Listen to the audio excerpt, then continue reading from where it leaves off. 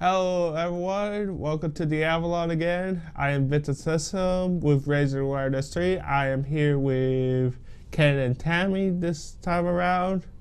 We're going to be talking about disabilities again. And you might notice that Tim's not here. He's in the studio. Yeah, you can hear him. So, thank you for doing this, Tim. Thank you guys for coming in. Pleasure. Now, we're going to be talking about disabilities. So what is your background and history, Ken, first? Hello, my name is Ken Capone and I am the Public Policy Director for People on the Go of Maryland. People on the Go is an organization made up of individual advocates with intellectual and developmental challenges who use our voices to be heard and recognized. We believe all people should be active participants in their communities and we strive to eliminate discrimination. As the statewide self-advocacy group, we educate, advocate, and legislate for all individuals with disabilities. We sit on state and national committees. We present to school children, college students, and professionals about what self-advocacy means for everyone. We collaborate with other organizations about important issues, travel around the state teaching rights and responsibilities.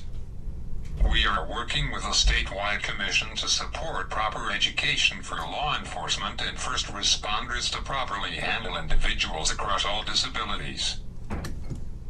Okay, and Tammy, now for you.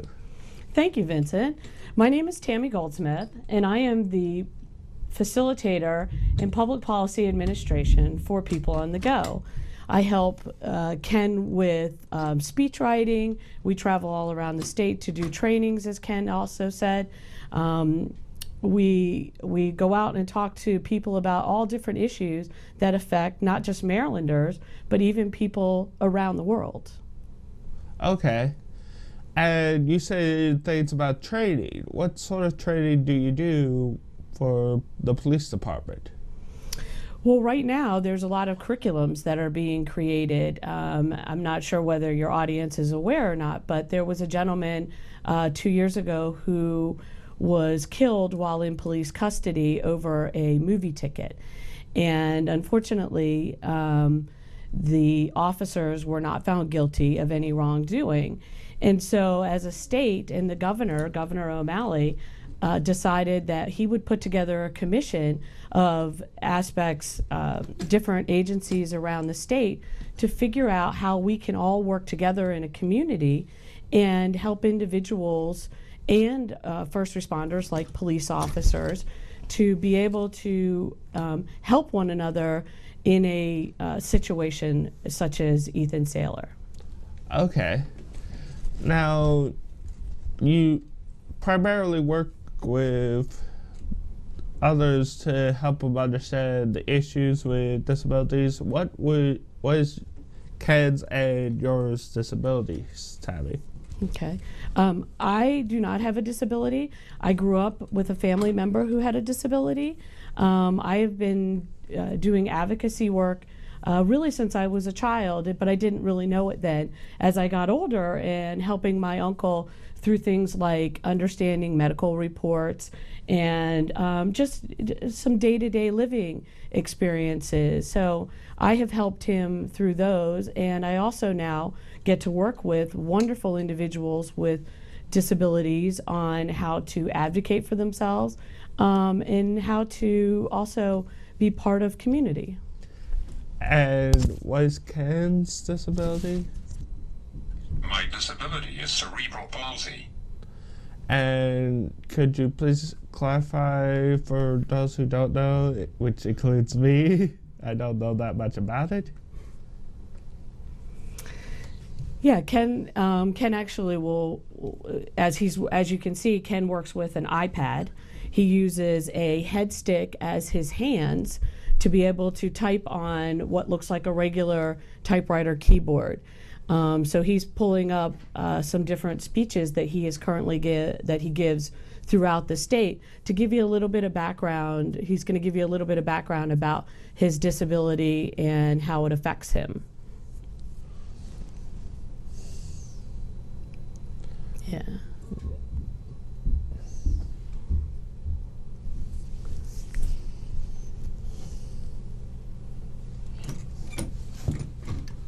Yeah.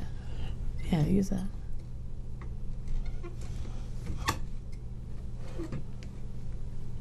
Yeah.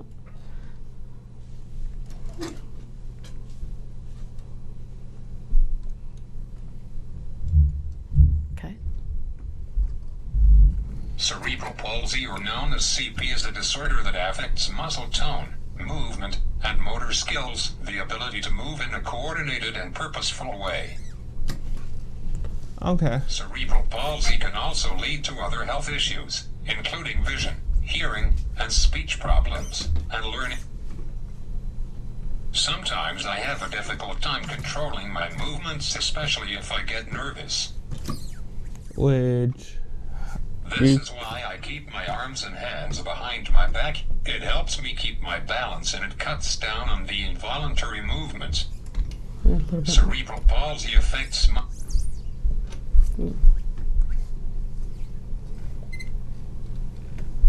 Cerebral palsy affects muscle control and coordination, so even simple movements, like standing still, are difficult. And I can definitely relate to that with ADHD. So that's something we both share in common, having trouble being sitting still when nervous. And I admit this is my first time interviewing, so I know I'm a little nervous myself. Well, that makes three of us, right? Yeah. Okay.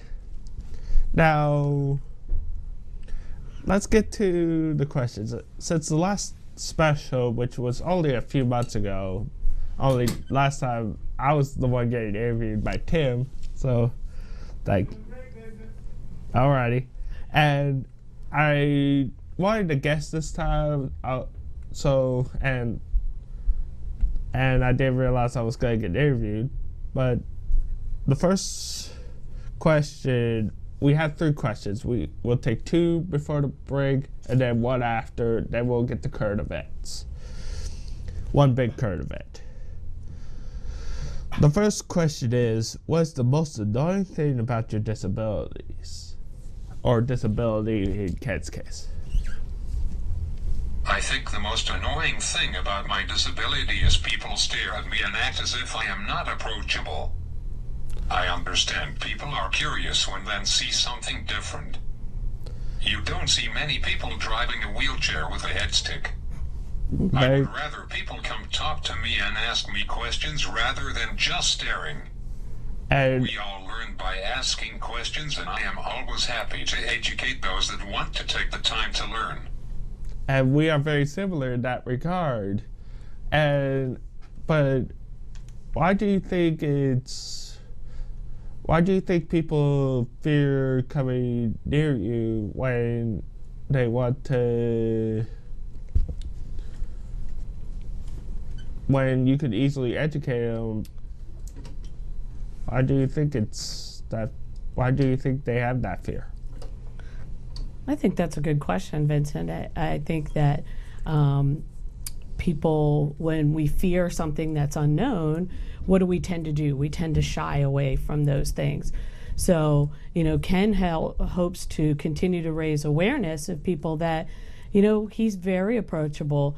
He is very easy to talk to, and that people might learn a little bit about his disability and learn about just the human aspect. Do you have something you would like to add?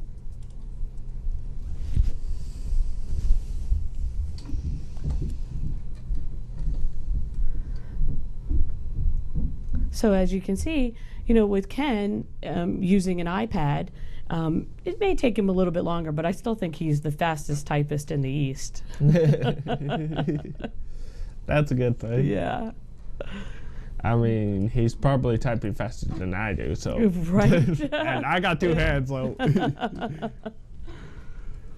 But isn't it great that technology has given him the ability to be able to communicate, even though it's what we consider a non-conventional way, but it's still, he's able to express his wants, his needs, his feelings.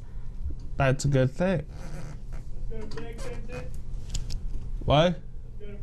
Okay, well, I said we were going to get 2 questions done. Apparently, we don't have enough time, so after the break, we will take care of the other 2 questions, and I hope you stay tuned for part 2 of Raising Awareness 3. Easton Hardware proudly supports the Avalon Foundation and MCTV. Easton Hardware has been bringing you fast, personal, courteous customer service for all your hardware and flooring needs for over 70 years. This holiday season, find your rhythm at Hearthstone Health and Fitness. Unwrap a new you, starting with a healthy lifestyle.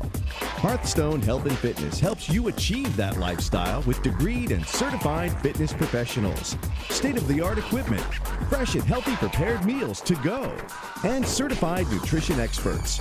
Join now for under $50 a month. Welcome back to Raising Awareness 3. This is the second part. I'm still here with Tammy and Ken, and we are still talking about disabilities. We left some questions that people wanted answers to, and I'm going to ask Ken about these questions. Question 2, what is the most misunderstood aspect or aspects about your disability, Ken? I think the most misunderstood aspect about my disability is people see my disability and don't see me as a person. One definition of aspect is the appearance of something to the mind or eye. I believe that what I do as a self-advocate helps to change how I appear in other people's eye. I and many others use our voices to communicate and articulate in a non-conventional way. As you can see, I communicate with a communication application and I use a headstick as my hands. Some people might need extra help, some might need extra time to speak, but we all have something to say. That's very true. We all have something to say, and it's great that you are able to communicate your opinion, your voices, and different things about you. And I will say that I was prepared for this question myself. The most misunderstood aspect about ADHD and Asperger's is the fact that most people just don't believe that ADHD is that serious of an issue, whereas Asperger's is not considered a disability because many people consider it, the people who have it, too smart to be disabled. And Tammy, have you seen anyone with disabilities that you at first misunderstood? Well, Vincent, I think you're right about when it comes to ADHD, and now in our medical system, Asperger's has actually become part of what we call that spectrum. So ADHD, Asperger's is part of what we call the autism spectrum. So ADHD can be a symptom, but people may appear normal and they speak normally, but maybe there's a little something different that's going on in their mind. But you wouldn't know that unless you actually had a conversation with them, right? Right. So I think it's great that individuals with disabilities learn about self-advocacy and are open about what their disability is so that they can educate others. That's great info. Let's get to the final question. This is one I really don't know that much about other than one area, but where should people go to get services for them or their child? Here are a list of some resources that I know about. But there are many organizations that can give added expertise based on one's disability diagnosis. Check with your local health department. www.ken.reber.org, www.dda.maryland.gov, http://resourcefinder.ken.rieger.org/. Okay. And I know of a couple of places that I mentioned in the previous special that helped me with disabilities as well. Benedictine, there's Chester Y for those, and for those here on the Eastern Shore, DOORS, which is all over the state of Maryland. That's right. Do you know what DOORS stands for? Department of Rehabilitation Services. That's right. That's right. And there's so many that, and there's also here in Talbot County, there's a disability coalition, and they help specifically people in Talbot County. So that's another great service. Right. So it's wise to check within your own communities first to see what resources are available to you. But it doesn't hurt to start, if you have a child with a disability, as soon as they are diagnosed, to start in the process of looking at what help you may need as your child grows older. And that's one key thing that most parents, once they find out their child does have a disability, that's one thing that should be priority number one once that is discovered. But most parents shove it up to priority number 5 or 6. I mean, my dad, he was like, he's got ADHD. Really? He doesn't seem disabled. He just shrugged it off until he realized, until I moved out, and then he started to study it. Wow. And then now he understands me a lot better.